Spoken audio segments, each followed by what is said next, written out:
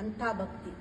ನನ್ನ ಮನಸ್ಸನ್ನು ಕರಗಿಸಿ, ಕಲ್ಲಾಗಿರೋ ಮನಸ್ಸನ್ನು ಕರಗಿಸಿ, ನನ್ನ ಅಹಂಕಾರ, ಕಲ್ಲಾಗಿರೋ ಮನಸ್ಸು ಅಂದರೆ ಅಹಂಕಾರದ ಮನಸ್ಸು, ಅಹಂಕಾರನ ಕರಗಿಸಿ, ನನ್ನ ಅಟ್ಯಾಚ್ಮೆಂಟ್ಸ್ ಏನಿದೆಯೋ ಅದನ್ನೆಲ್ಲ ಕರಗಿಸಿ, ಪ್ರತಿಯೊಂದರಲ್ಲೂ ಕೂಡ ಆ ತಾಯಿ ತೋರಿಸೋ ಪ್ರೀತಿ, ಆನಂದ ಇದೆಯಲ್ಲ, ಅದನ್ನು ಎಲ್ಲದರಲ್ಲೂ ಪಡ್ಕೊಳ್ಳೋ ಹಾಗೆ ಮಾಡೋದು.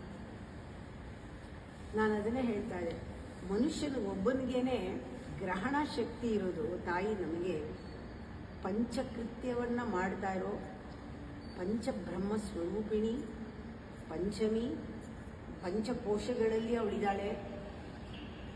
ಅವಳು ಪಂಚೋಪಚಾರಗಳಿಂದ ಖುಷಿ ಪಡ್ತಾಳೆ.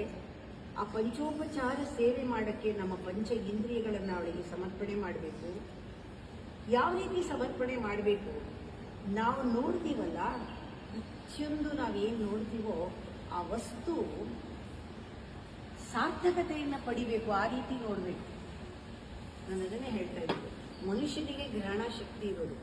ಮನುಷ್ಯ ಒಂದು ಸುವಾಸನೆ ಬರುತ್ತೆ, ಆ ಸುವಾಸನೆಯನ್ನು ಅವನು ಎಂಜಾಯ್ ಮಾಡ್ತಾನೆ. ಆಗ ನಮಗೆ ಯಾವ ಹೂವು ಆ ಸುವಾಸನೆಯನ್ನು ಕೊಡ್ತಾ ಇದೆ,